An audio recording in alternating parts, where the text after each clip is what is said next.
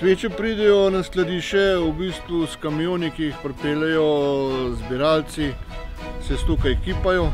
Z tega prostora grejo potem sveče noter na linijo, kjer se v bistvu prvo izločijo v bistvu železni delci, to so pokrovčki, ki jih magnet avtomatsko izloči iz traku. Potem sveča potuje naprej do ročne sortirnice, kjer se izloči elektronske sveče in nečistoče, kot so rože, PET flaše.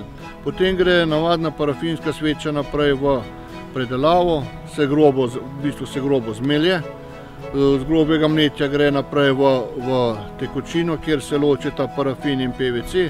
Z tega potem PVC gre v bistvu naprej v fino mletje, kjer se v bistvu potem očisti na centrifugi. Z centrifuge gre v bistvu naprej v še eno posodo, kjer se loči PVC od peska. Potem pa ponovno na centrifugiranje in centrifugiranje na fino mikroniziranje, to se pravi na fino mletje, in to je v bistvu od navadne sveče končni produkt.